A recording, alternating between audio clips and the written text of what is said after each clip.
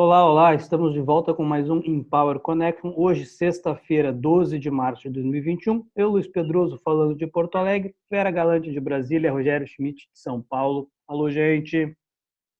Olá a todos. Boa tarde, bom dia, boa noite. Se você ainda não seguiu o nosso canal no YouTube, aproveita, clica no sininho, se inscreva. Gente, uma semana bem movimentada, principalmente aqui no nosso Brasil, a política doméstica ganhando novos capítulos, com uma decisão direta do STF, ou de um ministro do STF. Vera, Rogério, efeito Lula na política nacional nessa semana. Pois é, foi uma surpresa, né, a decisão do presidente Fachin de anular as sentenças sobre o Lula e devolver a ele os direitos políticos. Nós não vamos, eu não vou, não me sinto nem um pouco capacitada de falar sobre a decisão jurídica, deixa os juristas comentarem. Só que é importante só salientar uma coisa: o ministro Fachin não inocentou o Lula. Ele só transferiu o domicílio do processo para o Distrito Federal. Mas isso aí é outra história. Parou aqui meu comentário jurídico. O que aconteceu foi o seguinte: Lula, de repente, está de volta ao jogo. Mudou muita coisa no tabuleiro. E o interessante é que Lula passou a pautar o presidente Bolsonaro. O presidente Bolsonaro, que até então, até hoje, estava polarizando sempre e polemizando com o governador João Dória de São Paulo, que seria o adversário mais provável nas próximas eleições, esqueceu o Dória. Vamos de Lula. Então... Esqueceu o Dória, mas o Dória não esqueceu o Bolsonaro, porque essa não esqueceu, aumentou o tom das críticas consideravelmente. E, na verdade, eu acho que tudo isso favorece o Dória um pouquinho, mas eu vou chegar lá daqui a pouco. Lula já deu entrevista, no dia seguinte o presidente Bolsonaro aparece numa reunião de máscara, assim, de livre espontânea vontade, quer dizer, não deve ter sido não, mas em todo caso ele apareceu de máscara, o que não é comum. Ontem na live dele, ele exibiu um globo terrestre bem redondinho, assim, na frente dele, para contradizer a afirmação do Lula dos negacionistas e terraplanistas, e nisso ele incluiu o presidente, então estava lá o Globo. Então, assim, o presidente não falou no Globo, não desmentiu, mas a presença do Globo ali foi meio óbvia. E o que acontece? Polariza Bolsonaro e Lula. Lula está com sinais de fraqueza física. Então, a gente não sabe se ele vai efetivamente ser candidato em 2022, se ele vai liderar a corrida e deixar Haddad levar a candidatura, digo, não a presidência, porque aí muda consideravelmente de figura. Enquanto isso, o centro deve, se for esperto, agora se rearranja e se oferece como uma alternativa à polarização radical dos dois lados, que no final da história é tudo muito semelhante. Radical de cá, radical de lá é radical. Então, o centro, se conseguir, se tiver serenidade suficiente, ele se reorganiza agora e lança uma candidatura viável para combater os dois. Que, na verdade, eu acho que é a esperança da maior parte da população. Desculpa, Rogério. Não, só para dizer, né, quer dizer, essa disposição aí do tabuleiro eleitoral, ela ainda não é definitiva, né? Quer dizer, a decisão lá que permite, nesse momento, que o ex-presidente Lula seja candidato, pode ainda ser revertida, né? O processo pode ser julgado na Justiça do Distrito Federal, e se o Lula for condenado na primeira e na segunda instância antes da eleição, ele também não pode ser candidato, né? E tem também aquela outra hipótese que é o Supremo julgar o ex-ministro Sérgio Moro, né? Que é um outro julgamento que está ocorrendo na segunda turma do STF, e que provavelmente, né, o ministro Nunes Marques pediu vista, né? Mas provavelmente o Moro deve ser declarado, esqueci agora o termo, suspeito desse julgamento, e aí o processo inteiro seria anulado, mas também pode ir para o plenário do Supremo, enfim. Então, são muitas incertezas, né? Hoje, de concreto, o que a gente sabe é que já saiu até pesquisa, né, mostrando aí o Bolsonaro 10 pontos percentuais na frente do Lula, né, intenção de voto para 2022, mas o Lula a gente sabe que é um nome muito competitivo, né, se puder mesmo ser candidato. É uma disputa que ainda está indefinida, isso que você falou aí sobre o centro é verdade, mas assim, a gente não sabe quem será esse nome, né, essa terceira via, né? Para que seja realmente competitivo, essa decisão teria que ser tomada em algum momento do segundo semestre, né? Imagino eu, assim, que haja pelo menos um ano aí de tempo, né, para que esse eventual nome se consolide. Agora, mesmo isso, eu também não tenho tanta certeza se vai acontecer. O centro pode simplesmente, o centrão, né, pode uma parte apoiar o Bolsonaro, outra parte apoiar o Lula, se o Lula for mesmo candidato, e eles se contentarem em ter a maioria no Congresso na próxima legislatura, que é o que normalmente acaba acontecendo, né? Mas, de fato, a campanha eleitoral ficou aí muito interessante, né? Lembrando que falta ainda um ano e meio para o início da campanha. Então, também não dá para imaginar que esse clima aí vá durar, né? Essa semana praticamente não se falou de outra coisa, né, na política. Não dá para imaginar que a temperatura continue tão animada assim durante um ano e meio, né? Não, eu concordo, mas nota que eu falei centro, não falei centrão. Porque Sim. o centrão é volátil, né? Ele não.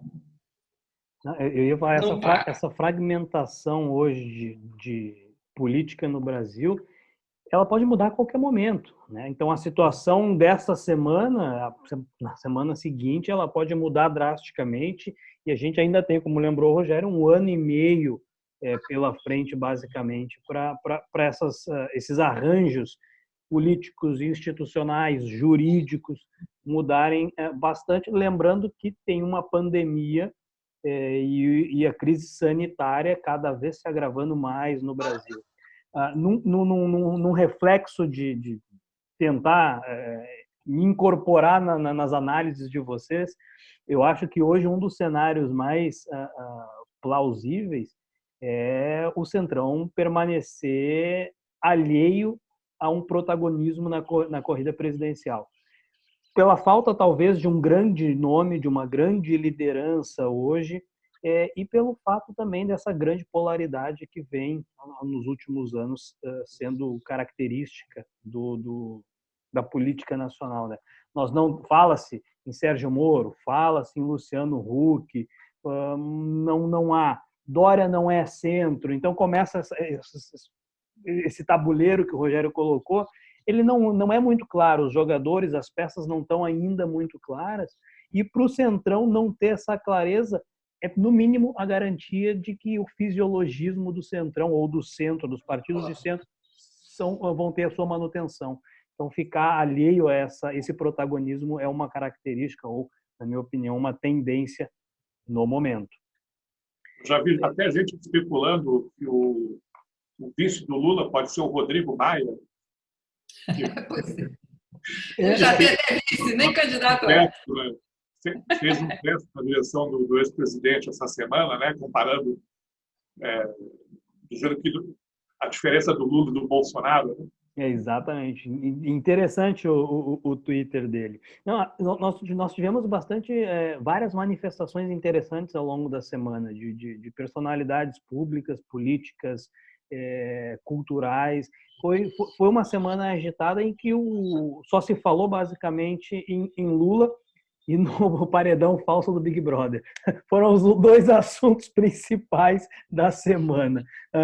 Mas pandemia e isso acho que assim tá em destaque, né, Vera? A articulação dos estados em meio à pandemia ou no enfrentamento da pandemia num dos momentos mais graves desde o início dela, um ano e pouquinho atrás. E aí os estados tomando a dianteira, né, ou tentando buscar novamente um protagonismo maior. É outro assunto da semana. Na verdade, os estados têm sido protagonistas desde o começo, porque foram os estados, por conta de uma sentença do STF, que permitiu aos estados administrarem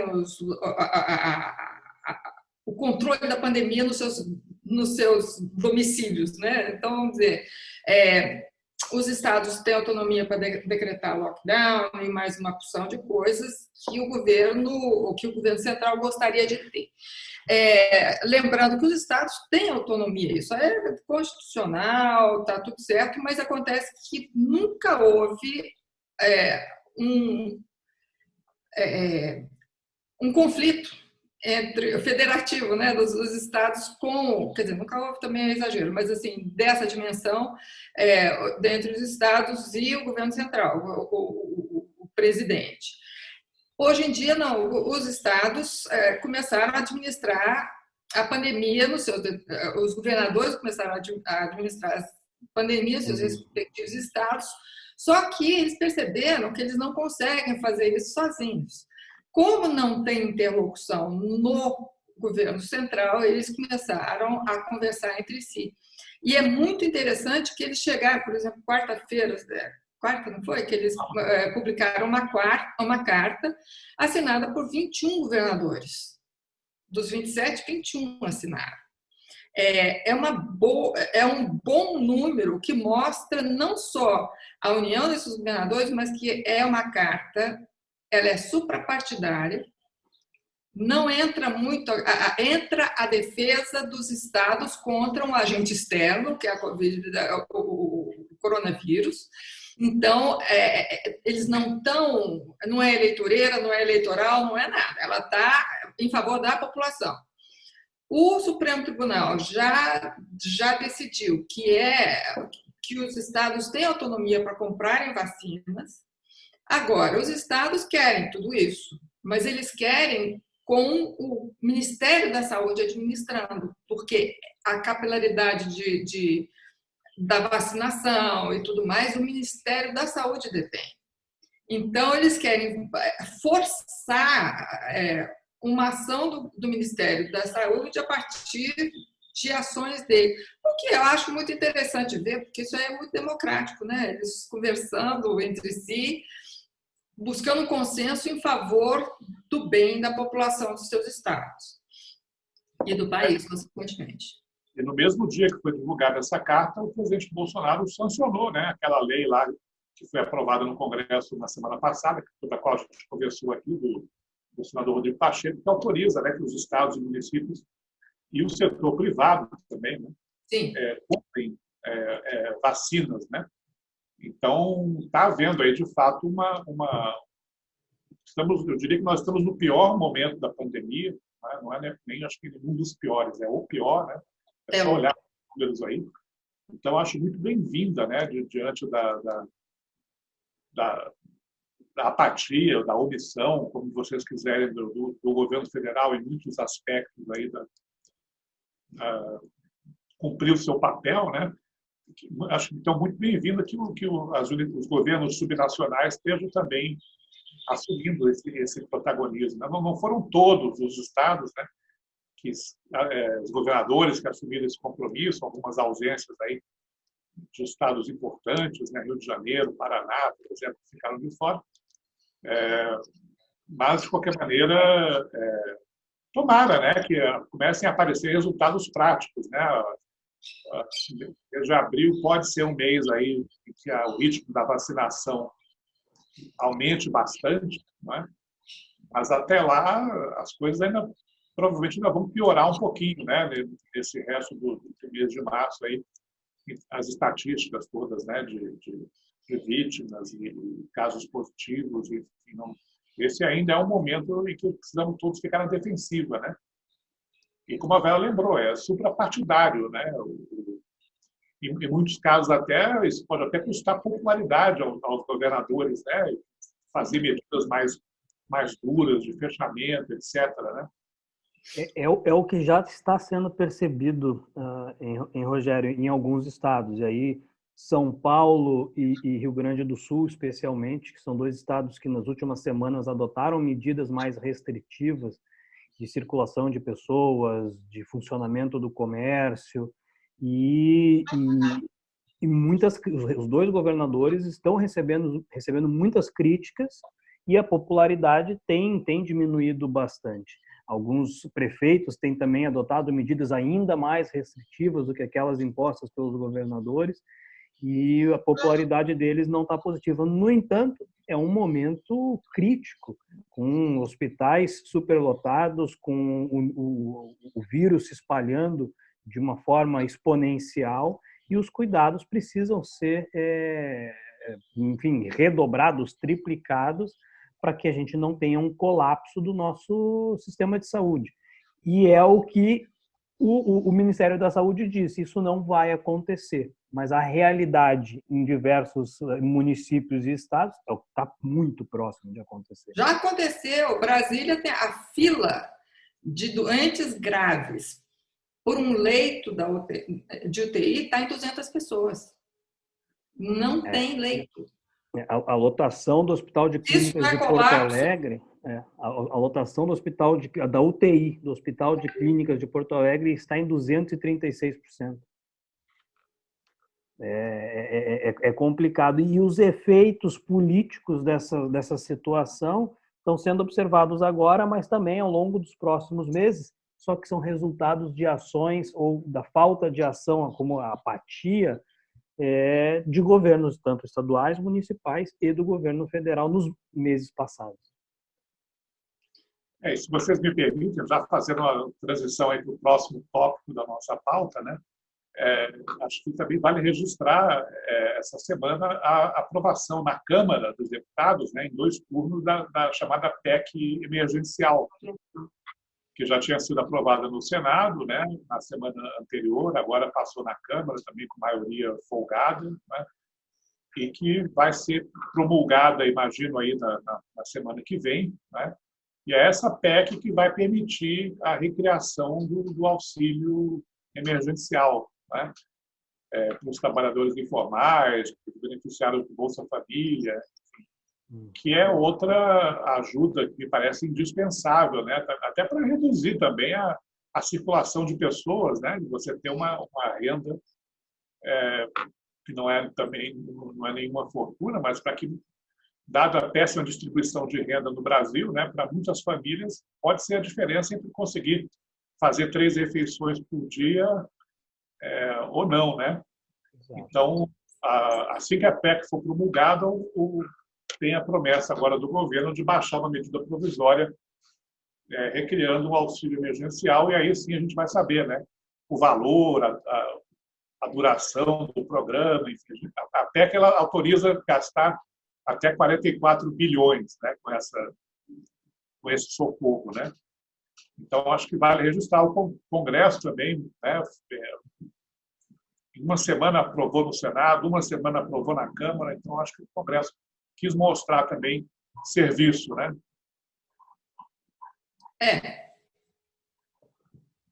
E eu ia fazer um comentário, né, Rogério? Eu acho que a gravidade do momento da crise sanitária, da pandemia no país é tão grande que a PEC do auxílio emergencial, né, a PEC emergencial, ela não foi muito comentada pelos noticiários e é um ponto super positivo para poder trazer esse desafogo para muitas famílias brasileiras. A gente tem essa articulação dos estados como algo muito positivo também para o fortalecimento das relações institucionais entre os entes federativos. Também não foi muito noticiado. A questão do processo do ex-presidente Lula, que acabou tomando as manchetes, ela teve diversas implicações na sociedade. E a questão da vacina, continua sendo a principal ou uma das principais preocupações da população de um modo geral. Então a gente acaba falando muito de fatos políticos, mas os fatos sociais são tão preocupantes e acabam ganhando os holofotes, né, no cotidiano da população. Essa é a sensação que eu tenho, enfim, vendo os noticiários, conversando, grupos de WhatsApp, família, a preocupação está em cima. Gente, vamos nos cuidar. O momento agora é de cuidado. Fique em casa. E principalmente aqui no Rio Grande do Sul, né? A bandeira está preta e a situação está bem complicada. Semana seguinte. São Paulo também está entrando. São Paulo também está entrando num período aí de 15 dias, né, de caso emergencial, onde praticamente tudo vai estar fechado e esse é o momento de maior cuidado, né? Está tudo relacionado, né, Luiz? Tudo isso que a gente falou aqui, governo, vacinação, estados, congresso, quer dizer, basicamente tudo aí já respostas do sistema político a uma grande crise sanitária e social também, né, que decorre da primeira. Né? Agora, eu vou citar um cientista político que eu conheço, que diz que não tem espaço vazio em política. Se chama Rogério Schmidt, se alguém quiser. Mas que não existe vazio na política, não existe espaço vazio. Os governadores estão assumindo a liderança. O que falta ao povo é uma liderança de saber o que é o melhor. Então, o que acontece? O presidente fala que está combatendo tudo mais, mas ele ontem, na live dele, falou contra o isolamento social. Teve um comentário, no mínimo infeliz, do filho dele, sobre o uso de máscara. Então, está sempre entre uma realidade e um comentário. Essa polarização não faz bem para ninguém. O que a população quer, eu acho, é uma liderança firme. É aí que os governadores estão entrando, com custo alto de popularidade, mas eles estão entrando de uma maneira mais eficaz, eu acho. Bom, semana seguinte, o que ficar de olho? Além de pandemia, vacina, Lula, STF, Congresso. Mais nada, Luiz, tudo isso aí que você falou. Só para reforçar, né? Semana que vem, então, vamos saber finalmente quanto vai ser o auxílio emergencial, quanto tempo ele vai durar, quantas famílias serão beneficiadas, né? Mas também, como ninguém é de ferro, vamos esperar aí novas pesquisas, né, mostrando a disputa entre Lula e Bolsonaro. Por enquanto, as pesquisas que a gente tem são pesquisas feitas por institutos de pequeno porte, né? Mas vamos esperar aí as grandes pesquisas nacionais aí para monitorar esse tema também. Exatamente. Gente, muito obrigado de novo pela companhia, sempre muito bom revê-los. Ótimo final de semana, aproveitem, se cuidem, fiquem em casa e até semana que vem. Até semana que vem. Sextou. Bom final de semana a todos. Valeu!